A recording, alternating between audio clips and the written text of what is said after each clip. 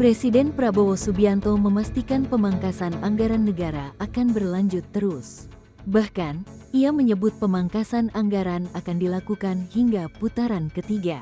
Putaran pertama mulai dilakukan saat ini dengan total anggaran yang dipangkas mencapai 306 triliun rupiah.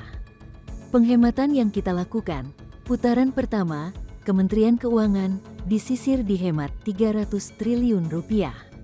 Penghematan putaran kedua 308 triliun rupiah, kata Prabowo dalam perayaan HUT ke-17 Partai Gerindra di Sentul International Convention Center, SICC, Bogor, Jawa Barat, Sabtu, 15/2.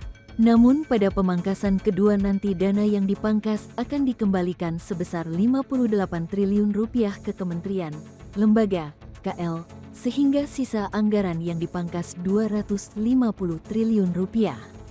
Pemangkasan ketiga, sambung Prabowo, sebesar 300 triliun rupiah akan dikembalikan 100 triliun rupiah ke BUMN sebagai penyertaan modal negara, PMN, sehingga sisa 200 triliun rupiah yang akan dipangkas. Dividen tahun ini 300 triliun rupiah, tapi Menteri BUMN Erick Thohir katakan 100 triliun rupiah sebaliknya dikembalikan ke BUMN untuk modal kerja selanjutnya.